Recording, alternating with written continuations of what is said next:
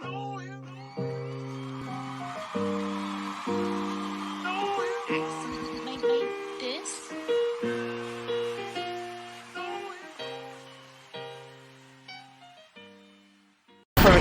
E has after a battle with it. He was first admitted to a Los Angeles hospital a month ago. Rap singer Eazy E has lost his battle with just 10 days after revealing that he had the disease.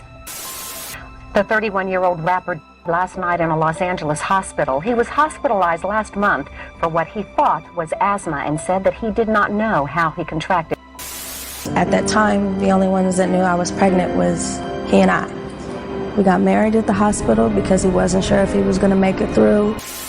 I have never believed the official story of my father's. I have always believed that something else happened, and I'm afraid of what that might be. I forged signatures. You got doctors who can't find right now. You got, certificates that were altered. You say so his wife that he married just in his throes, she had control of that account with his money missing allegedly? That's correct.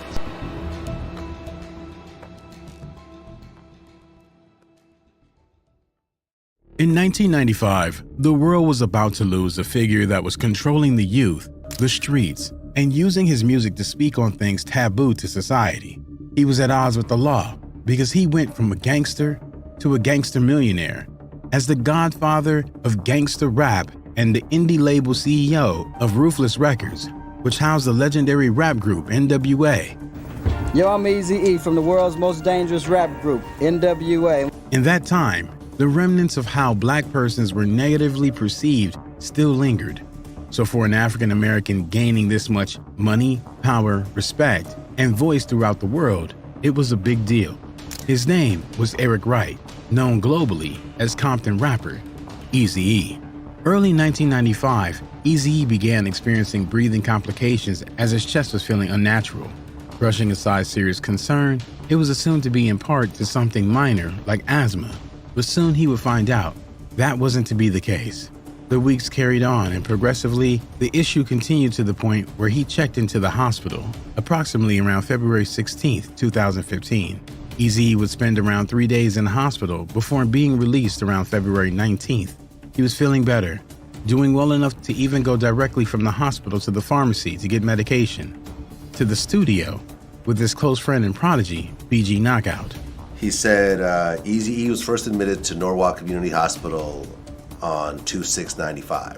He was released 2/19/95, 3 days later, because he didn't feel better. I was with him. So he came in 2/16, February 16th, 95, was released February 19th, 1995. When he was in there for that first time, he came straight from the hospital to the studio with me. Straight from the hospital to the pharmacy to the studio with me.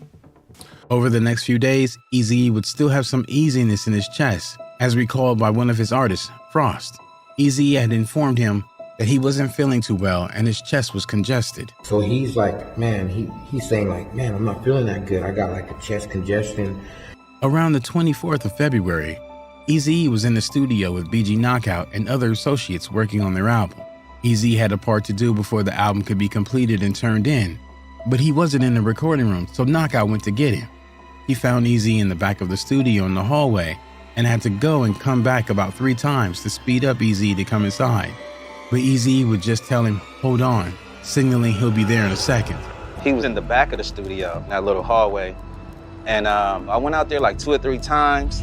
I'm like, E, can you please come on and do your little part so we can turn this album in? He was like, hold on. Things would take a drastic decline the last time he went out to get Eazy E. BG Knockout found him wheezing heavily and drawing from his inhaler to try to clear his breathing passageway.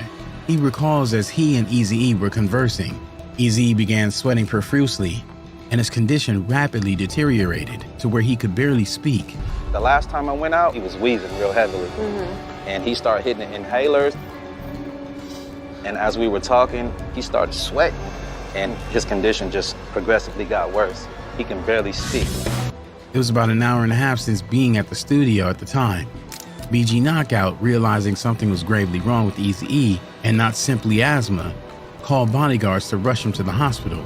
Eazy-E's lungs had collapsed. In about an hour and a half time of him being in the studio, his lungs collapsed. And then he was admitted back. That's when I told the bodyguards, you know, his breathing wasn't cool, to come and grab him. And they took him and put him in a car and drove him to the hospital. Eazy-E was admitted to Cedars-Sinai Medical Center, and it would be there that the most traumatic news of his life was given. Doctors informed him he tested positive for acquired immune deficiency syndrome. At that time, no one knew, and everyone thought he was going to be treated for the congestion in his chest, and all would be fine. But approximately 2 weeks before the world found out, Frost caught wind of what was wrong with Eazy-E because his girlfriend at the time was at the hospital and called him. What she told him on the call was that Eazy-E was placed on the acquired immune deficiency syndrome floor of the hospital. No one wanted to believe what he was saying, but soon it would become evident that the information Frost got was correct. By March 16th, Eazy-E was in terrible condition. The decline of his health was crashing, so at a conference on that day, Eazy-E penned an alleged letter for his attorney, Ron Sweeney, to read to the public, informing them of his situation and open up about his condition as a way to impact and inform the many youths that looked up to him and the severity of not protecting yourself against the disease. I would like to turn my own problem into something good that will reach out to all my homeboys and their kin, because I want to save their before it's too late. The world was in shock. Eazy-E was dying before their very eyes, but his message opened the eyes of many of his fans to change their lifestyle and brought awareness to the disease.